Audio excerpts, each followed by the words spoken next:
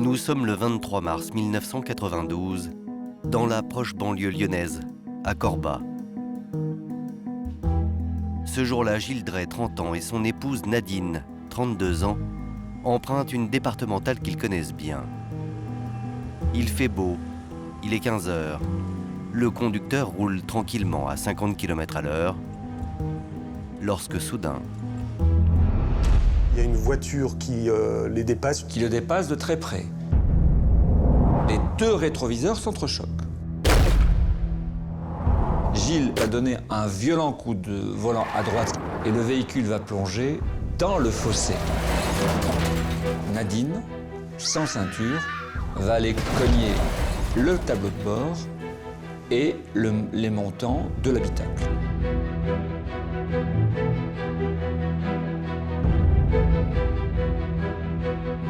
Après le choc, Gilles Drey reprend ses esprits. Son épouse, elle, reste désespérément inerte. Nadine a le visage ensanglanté. Gilles Drey est indemne. Sa ceinture de sécurité vient de le sauver. Il sort de sa voiture et se précipite vers sa femme. Gilles a pris Nadine dans ses bras et a la chemise maculée de sang. Il porte secours à Nadine comme il le peut.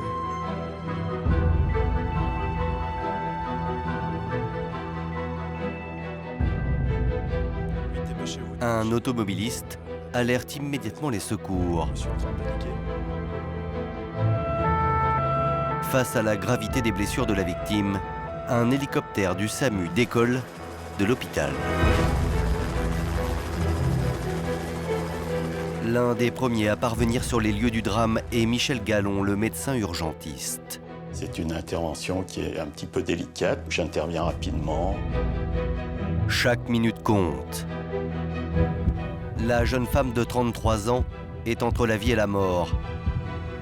Son pouls est très faible.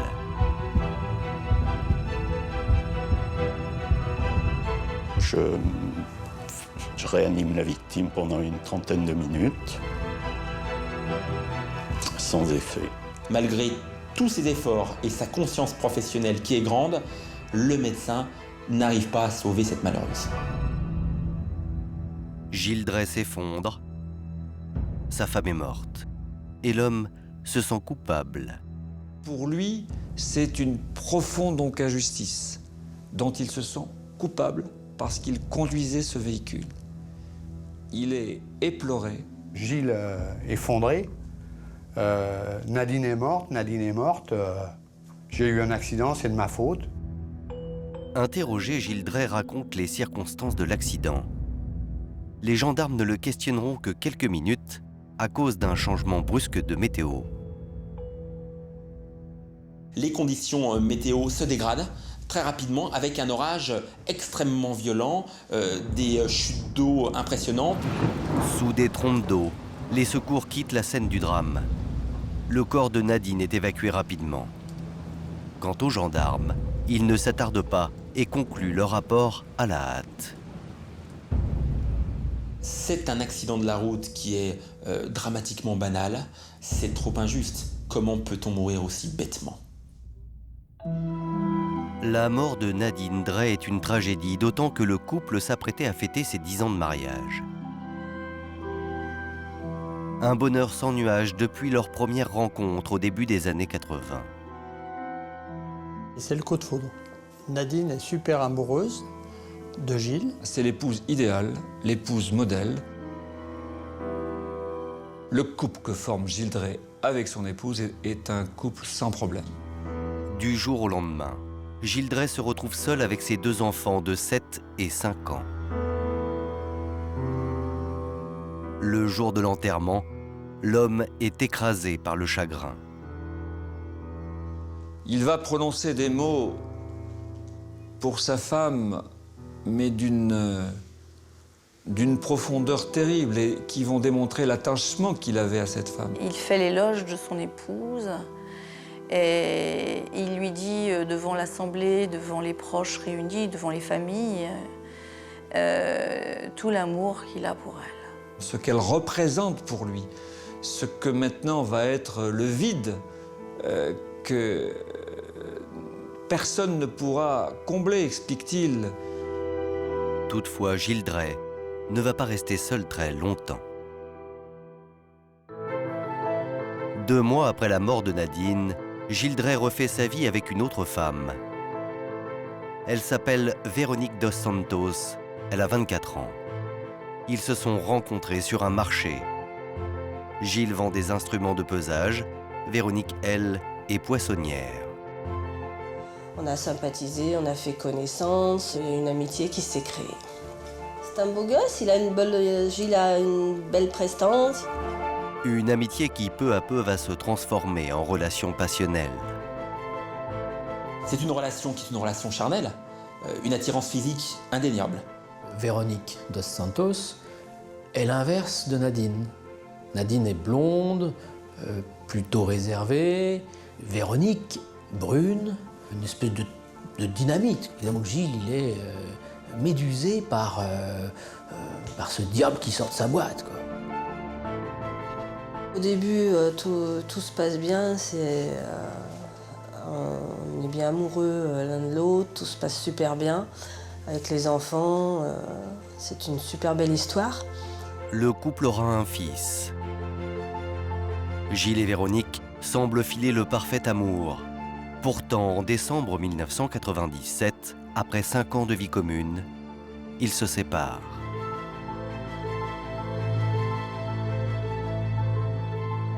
Après la mort accidentelle de son épouse Nadine, pour Gilles Drey, c'est une nouvelle épreuve à traverser, en apparence en tout cas.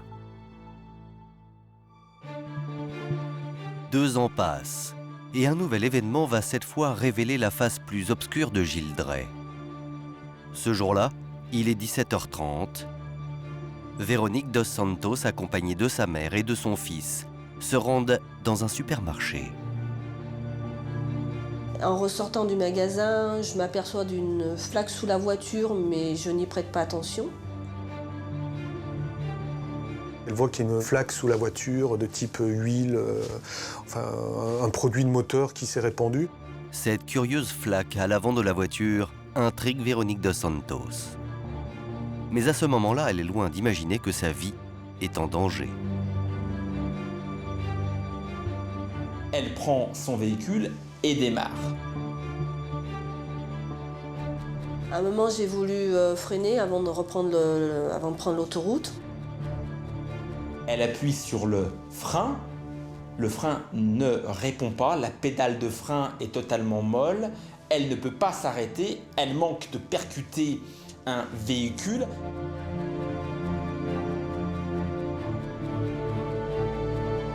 J'essaye de maîtriser mon véhicule, je le maîtrise, tant bien que mal, pour me garer. Elle évite l'accident d'extrême justesse, mais elle s'arrête sur le bord de la route et elle constate qu'il y a un problème avec le frein.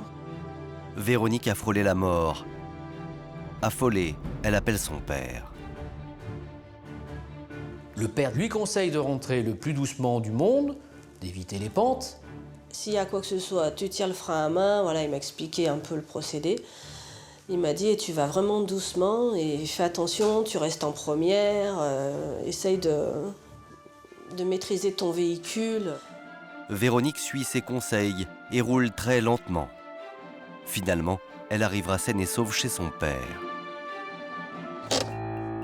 Intrigué, l'homme se penche tout de suite sous la voiture pour détecter le problème. Le père, qui a quelques compétences en mécanique, va très vite s'apercevoir que l'une des vis de purge du circuit de frein est manquante. Pourquoi cette pièce mécanique essentielle au freinage est-elle tombée? Le père de Véronique veut en avoir le cœur net et se rend dans un garage. La vie technique du garagiste est sans appel.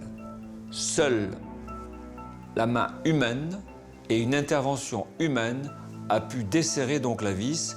Il y a quelqu'un qui souhaitait que ce véhicule soit accidenté. Le diagnostic du garagiste est sans appel. La voiture de Véronique dos Santos a été sabotée. Elle dit, voilà, on a voulu que je meure, on a fait un sabotage sur mon véhicule et j'aurais pu mourir. Et c'est ce qu'on voulait. On m'a fait du mal. Il y a quelqu'un qui m'a coupé mes freins. C'est grave. C'est criminel. Mais qui a voulu intenter à la vie de la jeune femme? Véronique dos Santos, sans la moindre hésitation, désigne selon elle le responsable. Tout de suite, j'ai soupçonné Gilles. J'ai dit, c'est lui qui m'a saboté ma voiture. Elle comprend et elle se dit « Attention, ça devient extrêmement grave ». Et Véronique dos Santos se rend alors à la gendarmerie. Elle va porter plainte pour tentative d'assassinat.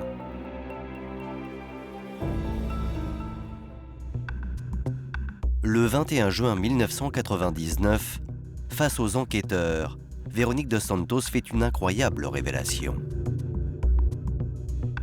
Si Gilles Drey a voulu l'éliminer, c'est, dit-elle, qu'elle en savait beaucoup trop. J'ai craqué et il a fallu que je raconte tout ce que je savais, parce que c'était trop lourd à supporter. Véronique révèle aux gendarmes une très lourde confidence. Un secret qui concerne la mort brutale de Nadine Drey, 7 ans plus tôt. Elle leur dit que la mort de Nadine ne serait pas une mort due à un accident bête et banal, mais que Nadine aurait fait l'objet d'un assassinat. Ce secret, Véronique dos Santos le tiendrait de Gilles Drey lui-même. Elle raconte qu'une nuit, son ancien compagnon lui aurait fait un terrible aveu. C'est pas un accident et que c'est lui qui l'a réellement éliminé. Il a tué Nadine, puis il a maquillé cet assassinat en un accident. Lorsque Véronique apprend de la bouche de Gilles Drey le terrible secret, la jeune femme est sous le choc. Je panique, je prends peur, je comprends pas ce qui se passe. Les confessions de Gilles à Véronique ont été faites en 1995. Alors les gendarmes s'interrogent. Pourquoi cette femme a-t-elle attendu si longtemps pour tout révéler? Et voici ce que Véronique explique aux enquêteurs. Si tu parles, si tu dis quoi que ce soit, je te plante. Comme elle. Il va lui dire aussi que si elle continue, il va la planter, elle va crever, tu vas crever ma vieille, je te planterai comme elle. Les accusations de Véronique dos Santos sont très graves. Les gendarmes sont perplexes. Ils convoquent tout de même Gilles Drey. Mais l'homme nie tout en bloc. Gilles maintient que c'est un accident tel qu'en 1992, constat en a été fait et que la tête de Nadine est allée heurter les montants de l'habitacle du véhicule et le tableau de bord. Pour lui, son épouse est décédée dans le cadre d'un accident de la circulation. Il n'est pas du tout impliqué, si ce n'est qu'il était conducteur et que lui en est sorti indemne. Mais en dehors de ça, il n'a rien à voir avec le décès de son épouse. Gilles Drey a-t-il assassiné sa femme? Ou est-elle morte d'un banal accident de la route? Les gendarmes ouvrent une enquête pour déterminer le vrai du faux. C'est vrai qu'il va falloir tout reprendre depuis le début. Les gendarmes prennent le dossier à bras-le-corps et remuent tout ce qu'il y a autour de l'accident de la route de Nadine. 7 ans après, les enquêteurs retournent sur les lieux du drame. Et très vite, des détails troublants leur sautent aux yeux. Comme par exemple l'état de la route au moment de l'accident de Nadine. La route, qui est certes un petit peu étroite, mais où on peut quand même se doubler sans difficulté, elle est sèche, il fait beau. Il n'y a aucune raison, objectivement, pour qu'il y ait un accident de la route 1 et qu'il en découle un décès 2. Mais ce n'est pas tout. Les enquêteurs retrouvent la trace de l'automobiliste seul témoin de l'accident. Selon lui, il n'y a pas eu de choc avec une autre voiture comme Gilles Drey l'avait raconté à l'époque. Le seul témoin qui suivait la voiture de Gilles, qui certes a vu un dépassement, n'a jamais indiqué s'être convaincu, alors qu'il était à quelques mètres, d'un choc des deux rétroviseurs. Le témoin a vu une voiture qui dépassait celle de Gilles Drey, mais n'a pas vu d'accrochage.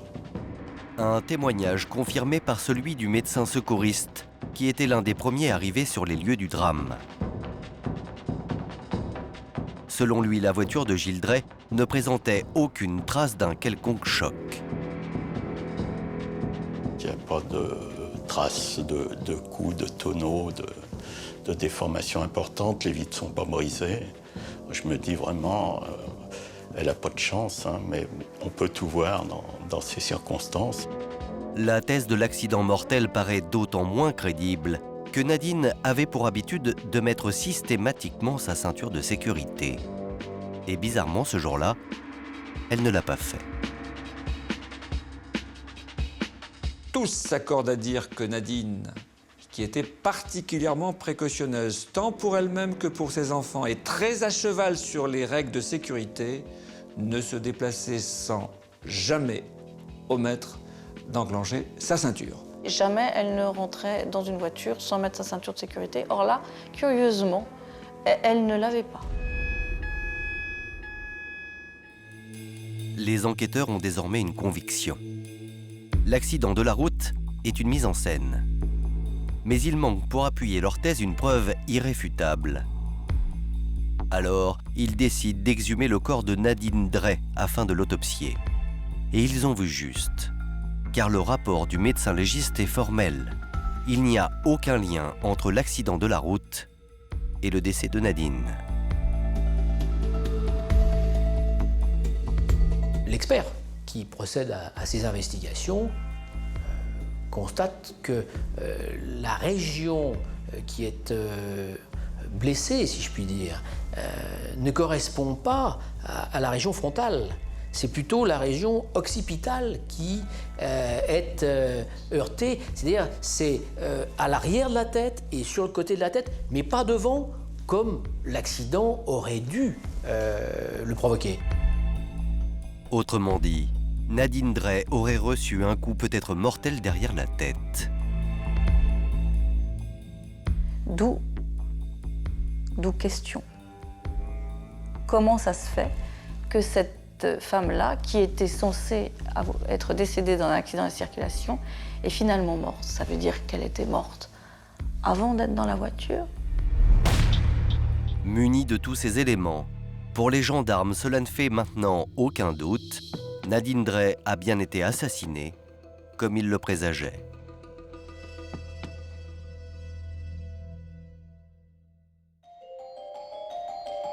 Le 9 juillet 1999, Gilles Drey est placé en garde à vue. Alors que les gendarmes attendent ses aveux, le suspect, à la surprise générale, désigne un tout autre coupable. Ils entendent Gilles qui est en face d'eux et à leur grande stupeur, c'est une surprise professionnelle pour eux. Gilles s'assied, se met à table et leur dit « Oui, c'est vrai, Nadine n'est pas morte dans l'accident. Elle a été assassinée, j'y ai participé, mais l'assassin, c'est Véronique. » C'est le début de l'affaire. Et Gilles Drey va argumenter. Première révélation, Véronique était sa maîtresse alors qu'il était encore marié. 2 ans avant la mort de Nadine en 1990, les amants ont déjà entamé une liaison, parfois même dans la maison du couple légitime. Et ce n'était un secret pour personne. Ils se voient plusieurs fois par semaine, et même au domicile de Nadine. Nadine, elle sait que son mari, il a une maîtresse. Les enquêteurs s'intéressent alors à cette liaison clandestine. Ils mettent la main sur le courrier des 2 amants. Dans ces lettres d'amour apparaît alors un mobile, la jalousie. Le 4 août 1990, 2 ans avant la mort de Nadine, voici ce que Véronique a écrit. Rien ni personne ne se mettra entre nous pour nous séparer. Tu es à moi, je veux vivre avec toi et je t'aurai. Les lettres qu'ils s'échangent vont jusqu'à dire qu'il faudrait que Nadine Drey disparaisse. Qu'elle ne soit plus là, qu'elle ne les gêne plus. Et que comme ça, ils pourraient vivre leur amour au grand jour. Plus le temps passe, moins Véronique supporte de partager Gilles avec sa femme. C'est ce que laissent entrevoir ces lettres. C'est une maîtresse qui est exigeante. Elle demande à Gilles de faire un choix entre elle et son épouse. Véronique est insistante et elle a donné un ultimatum en quelque sorte. Il faut que tout soit réglé au printemps 1992. Que tout soit réglé au printemps 1992. Et pourquoi pas précisément le 23 mars, la date du soi-disant accident de la route. Gilles Drey poursuit son récit. C'est, dit-il, Véronique dos Santos qui a tout organisé. Gilles dit « Véronique a monté un scénario machiavélique ». Il va parler d'un assassinat à 4 mains, c'est-à-dire il va expliquer que sa femme a effectivement été assassinée, mais c'est pas lui qui l'a assassinée, mais sa maîtresse. C'est-à-dire qu'il met en cause à ce moment-là Véronique en disant que c'est elle qui l'a tuée. Ce scénario est simple, il suffit d'attirer Nadine dans un lieu isolé pour lui régler son compte. Gilles Drey dévoile alors comment, selon lui, le scénario du crime s'est déroulé. Le 23 mars 1992, il est 15h, au domicile du couple. Véronique a la clé de la maison, Véronique s'est introduite et attend le retour de Nadine. Véronique est cachée dans le sous-sol de la maison. Gilles lui demande à Nadine de le rejoindre dans ce fameux sous-sol. Nadine descend. Nadine ne se doute de rien. Quand tout à coup Véronique aurait surgi de l'ombre. Elle reçoit un violent coup de la part de Véronique à l'aide du manche d'une pioche qu'elle lui assène derrière la tête. Et ensuite, Véronique finit le travail avec un chiffon en étouffant la malheureuse Nadine. Pendant 3 longues minutes, Véronique n'aurait pas lâché Nadine. Gilles, lui, ne serait pas intervenu. Tout ça sous les yeux du mari. La maîtresse est en train d'exterminer la femme légitime. Et pendant ce temps-là, Monsieur Drey, il regarde, passif, parce qu'il ne s'implique pas dans cette bataille. Lui, il n'a que le rôle de la marionnette dont les fils sont tirés par Véronique. Ainsi, selon Gilles Drey, c'est sa maîtresse qui aurait assassiné son épouse. Après la mort de Nadine, les amants auraient remonté le corps jusqu'à la voiture. Véronique aurait nettoyé les traces de sang laissées dans la cave.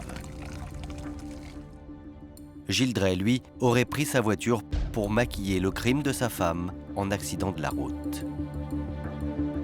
Il se contente de se laisser dépasser par cette 405, il profite de ce dépassement pour donner un brusque coup de volant sur la droite et puis se déporter et finalement abandonner la voiture là. La suite, Gilles Drey l'aurait inventé. L'accrochage entre les 2 rétroviseurs qui, en fait, n'a jamais existé.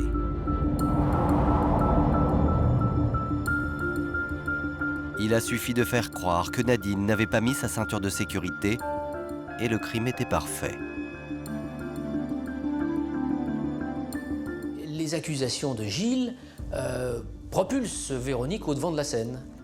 Véronique est le principal coupable. Véronique apparaît comme le suspect numéro 1.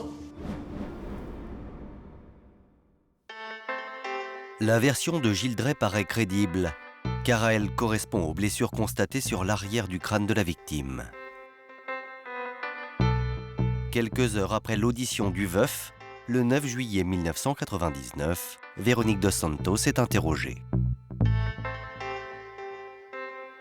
La gendarmerie m'arrête, me met en garde à vue.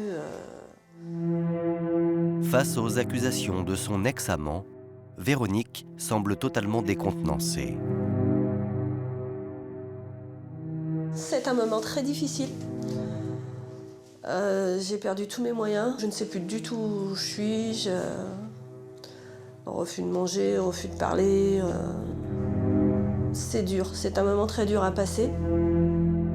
Véronique dos Santos est mise en examen pour l'assassinat de Nadine Drey. L'enquête pourrait toucher à sa fin. Seulement après vérification de l'emploi du temps de Véronique, les gendarmes découvrent qu'elle a un alibi ce jour-là, ce fameux 23 mars 1992. Je suis arrivée à leur dire que ce jour-là, je ne pouvais pas être sur place. Il se trouve que le lundi, aux horaires de la mort de Nadine, Elle fait les comptes de la poissonnerie et ce jour-là, on a des écrits et on a une comptabilité, notamment une remise d'espèces à la banque qui atteste que Véronique dos Santos ne pouvait pas être en train de faire ses comptes et en même temps d'assassiner la malheureuse Nadine. L'alibi est irréfutable. Véronique dos Santos est sauvée in extremis par une preuve manuscrite. J'avais le tampon de la banque qui disait que j'étais passée tel jour à telle heure. Et c'est ce qui m'a sauvée. Désormais, les gendarmes ont une certitude. Véronique n'a pas pu assassiner Nadine ce jour-là. Et Gilles Drey a tout inventé. Il reste le seul et l'unique suspect dans cette affaire. Il faut maintenant trouver le mobile du crime.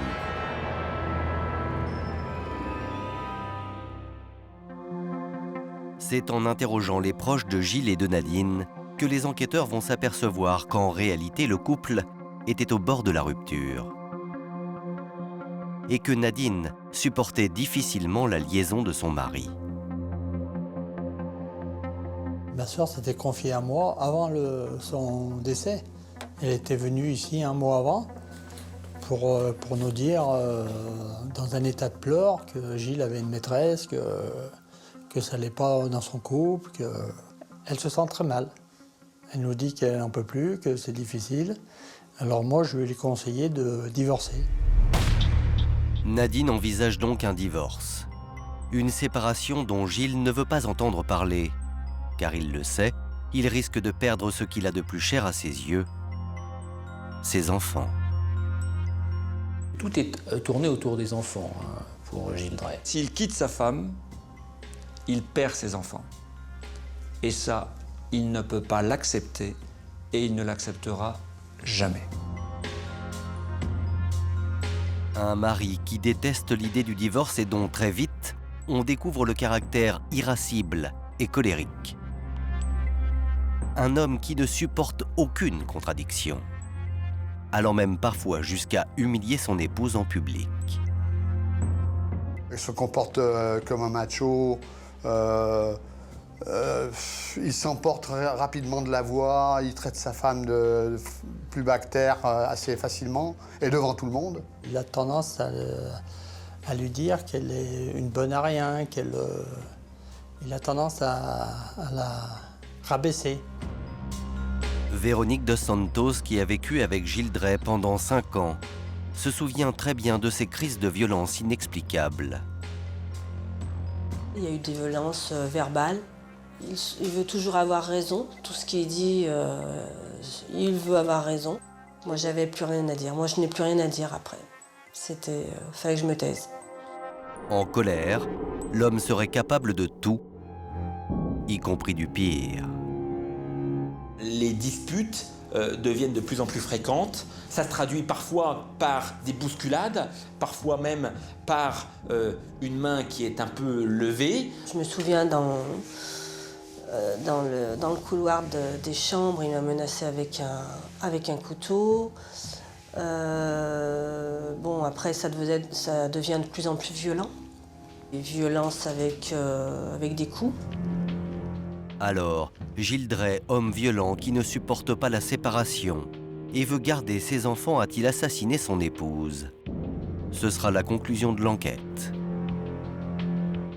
L'homme est mis en examen le 11 juillet 1999 pour assassinat. Il est incarcéré dans une prison dans l'Isère. Mais à peine 48 heures après avoir été emprisonné, coup de théâtre, Gilles Drey donne une nouvelle version. Du fond de sa cellule, le prisonnier écrit une lettre au juge d'instruction. Selon lui, Nadine est morte suite à une dispute qui aurait mal tourné. Le 23 mars 1992, vers 15 h, alors que le couple était dans la cuisine, Nadine aurait fait une scène à Gilles Drey à propos de sa liaison. Nadine veut qu'il lui dise qu'il a une maîtresse. Elle le presse donc de questions, le ton monte. Elle la grippe par le bras, il est énervé, il repousse son bras. Elle se prend les pieds à ce moment-là dans une chaise, elle bascule et sa tête va heurter le coin du plan de travail. La chute est violente. Nadine est grièvement blessée derrière la tête. Nadine est sérieusement blessée. Visiblement, Gilles panique, essaye de voir dans quel état est son épouse et prend une décision, c'est de l'emmener à l'hôpital le plus proche pour la faire soigner. Nadine titube. Péniblement, Gilles la soutient jusqu'à la voiture. Mais dans la précipitation, le mari explique qu'affolé, il a oublié de boucler la ceinture de sécurité de sa femme. Il prend cette route et c'est sur cette route sèche qu'il va y avoir donc ce dépassement avec ce frottement des deux rétroviseurs. Et c'est l'embardé, et c'est l'accident, et c'est le décès. Nadine, blessée dans la voiture, n'aurait pas supporté le choc de l'accident. C'est sur cette troisième version, celle d'une dispute qui a dégénéré, que Gilles Drey va persister jusqu'à la fin de l'instruction.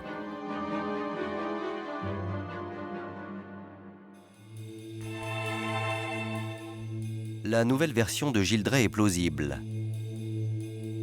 Le juge ordonne donc une reconstitution pour vérifier la crédibilité de ce nouveau récit.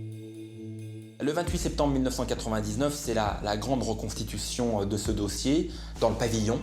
Nous nous sommes procuré les photos jamais diffusées de cette reconstitution. Sur ces documents, on voit Gilles Drey en pull rayé, face à une femme gendarme qui joue le rôle de Nadine. L'enquêtrice mine la chute accidentelle de la victime sur le plan de travail de la cuisine. Ici, c'est Gilles Drey qui montre au juge comment il a porté secours à sa femme blessée. Puis le mari explique comment il a transporté le corps de la victime jusqu'à sa voiture. Les enquêteurs prennent note. À première vue, la dispute qui a dérapé correspond exactement aux blessures de Nadine constatées lors de l'autopsie. Pourtant, un détail dans la maison va attirer l'attention des gendarmes et les faire changer de point de vue. Après le drame, Gilles Drey semble avoir fait d'étranges travaux dans sa cave. Le sol de la cave a été entièrement refait. C'est curieux. Plus aucune trace n'est exploitable. Donc un souci de tout faire disparaître. Les enquêteurs sont persuadés que Gilles Drey a tué sa femme dans la cave. La dispute qui a dégénéré ne les a finalement pas convaincus.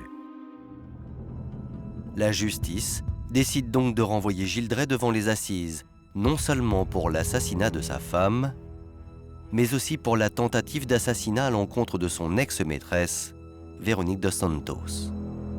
Car dans l'affaire du sabotage des freins, les gendarmes ont pu prouver que Gilles Drey avait menti.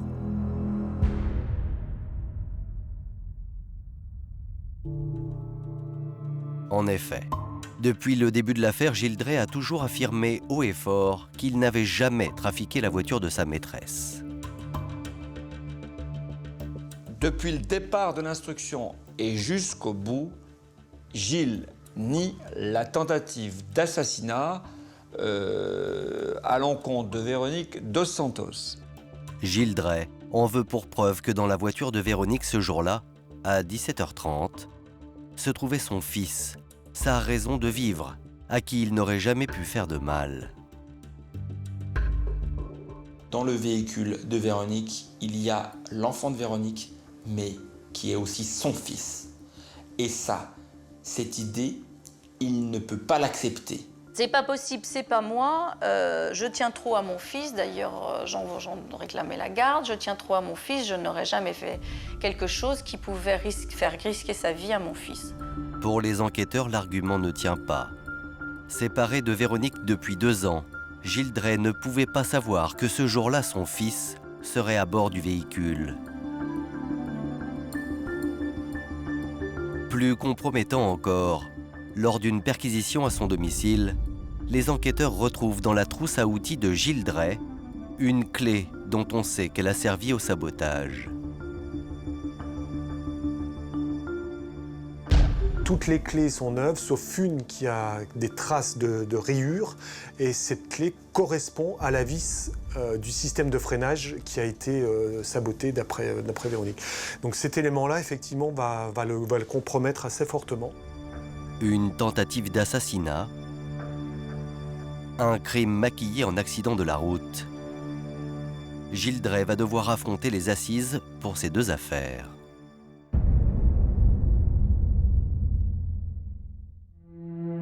Le procès s'ouvre le 27 mars 2002 devant la cour d'assises du Rhône, 10 ans après la mort de Nadine.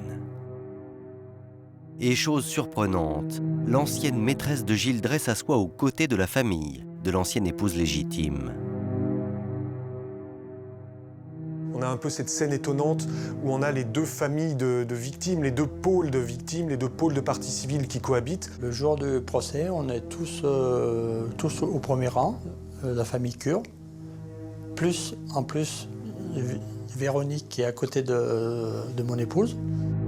Pour les 2 enfants du couple, ce procès est un cauchemar. Leur mère a été assassinée et leur père est dans le box des accusés. Ils sont là et veulent la vérité. Ils ne veulent pas croire à la culpabilité de leur père. Ils attendent que leur papa soit acquitté, qu'il sorte de prison et vienne enfin vivre avec eux dans la maison à Corba. Dans son box, l'accusé lui est prostré et fuit les regards. Gilles est cloîtré dans son box, derrière son défenseur. Gilles, pendant le procès, reste impassible, comme s'il était innocent. Je ne regarde pas Gilles. Je ne peux pas regarder son visage. Il ne regarde pas le public, il a la tête dans les épaules et il regarde le sol. L'accusé s'accroche à sa version, celle de la dispute tragique. Quand subitement, tout bascule. Il y a un moment très fort dans le procès, c'est quand Gérard s'avance à la barre, donc le frère de Nadine qui s'approche et qui se tourne vers l'accusé, vers Gilles Drey, qui le regarde droit dans les yeux, qui va même le pointer du doigt et qui va exiger de lui de dire la vérité. Il veut connaître le sort exact de sa sœur. Gilles est renvoyé dans les cordes parce qu'il est acculé, il est dans une impasse et Gérard ne le lâche pas. Il ne le lâchera pas jusqu'à ce que Gilles baisse les yeux et n'en puisse plus. Les paroles de Gérard, le frère de Nadine, bouleversent l'accusé. Gilles Drey exige alors une suspension d'audience pour parler à son avocat. La suspension m'est accordée. Je m'entretiens avec Gilles seul. À l'écart de la salle d'audience, l'avocat de Gilles Drey conseille alors son client. C'est maintenant que vous pouvez donc être vrai vis-à-vis de vos enfants. C'est maintenant ou jamais. quand il revient, on a un Gilles Drey qui est complètement livide, qui est transfiguré, et là qui va se mettre à parler, qui va faire le récit d'une scène de crime, de la scène de crime. Gilles Drey parle. C'est bien lui qui a assassiné son épouse Nadine. Gilles Drey raconte qu'il a attiré sa femme dans le sous-sol. Et qu'ils se sont disputés toujours pour la même raison, un problème d'infidélité. Et ils se sont disputés. Il l'a repoussée violemment. Elle est tombée et elle a crié. Et parce que d'abord, sans doute, ça faisait mal, mais ensuite parce qu'elle avait peur de son mari. Donc elle a crié et il a voulu l'empêcher de crier. C'est ça, je l'ai empêché, j'ai voulu l'empêcher, je lui ai mis la main sur la bouche pour l'empêcher de crier, pour qu'elle se taise. Et elle s'est tue.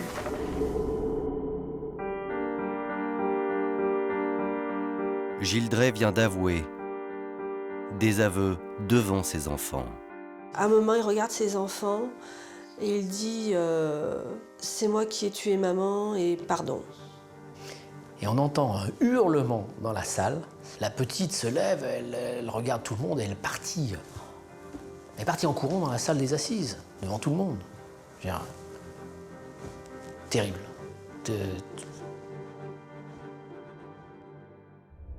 Le 29 mars 2002, à 21h40, après 2h30 de délibéré, le verdict de la cour d'assises du Rhône tombe. 18 ans de réclusion criminelle prononcés à l'encontre de Gilles Drey pour l'assassinat de Nadine. Gilles Drey est également reconnu coupable du sabotage de la voiture de Véronique Dos Santos. Mais chose étrange, les jurés ne considèrent pas qu'il s'agisse d'une tentative d'assassinat, mais d'une tentative de meurtre, c'est-à-dire sans préméditation. La Cour estime qu'il n'y a pas eu préméditation. Ce qui est une décision un peu curieuse, parce que pour aller saboter des freins, forcément, il faut quand même y penser un minimum, il faut un minimum de préparation, de préméditation. Donc c'est une décision un petit peu curieuse. C'est étonnant, puisque Gilles Drey a été reconnu coupable d'avoir volontairement essayé de donner la mort à Véronique, mais d'une façon qui n'était pas préméditée. Il faudra que l'on m'explique comment l'on ne prémédite pas un sabotage de véhicule. Véronique Dos Santos se pose aussi des questions après le verdict. D'autant plus que Gilles Drey conteste toujours le sabotage des freins de sa voiture. J'ai du mal à accepter qu'il nie toujours cette histoire, puisque ça a été prouvé. Donc j'ai du mal à accepter la décision des jurés quand même. Condamné à 18 ans de prison, Gilles Drey ne cherchera pas à faire appel de cette décision.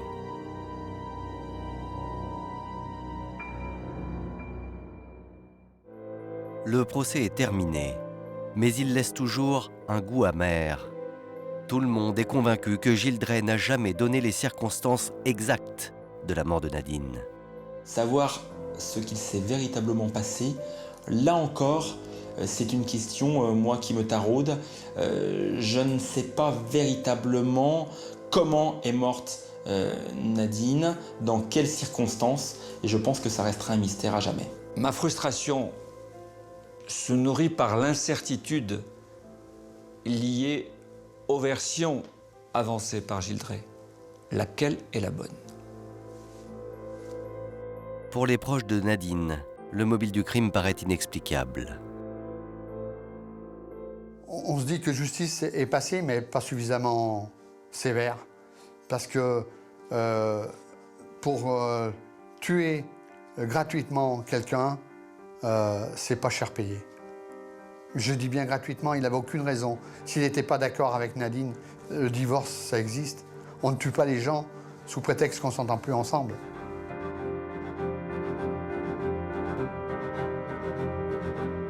J'ai de la haine. Il a bouffé toute la famille.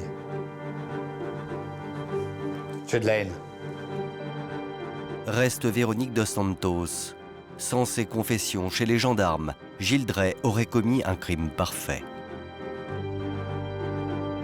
Si les choses ne dégénèrent pas avec Véronique, jamais elle ne va se confier. Jamais elle va apporter l'affaire auprès de la gendarmerie. Donc c'est vrai que le crime aurait pu sombrer complètement dans l'oubli et on n'aurait pu jamais entendu parler de l'accident de la route de Nadine. On n'ose pas imaginer qu'on vit avec quelqu'un qui aurait pu faire ça, habiter sous le même toit qu'un assassin, quoi. Même si on essaye de retrouver le sourire et de se reconstruire, bah, y a une blessure qui est là. Et elle partira pas. Gilles Drey continue de purger sa peine dans une prison en Rhône-Alpes. Il a déjà passé 13 années derrière les barreaux. Il pourrait donc être libéré dans quelques mois avec le jeu des remises de peine.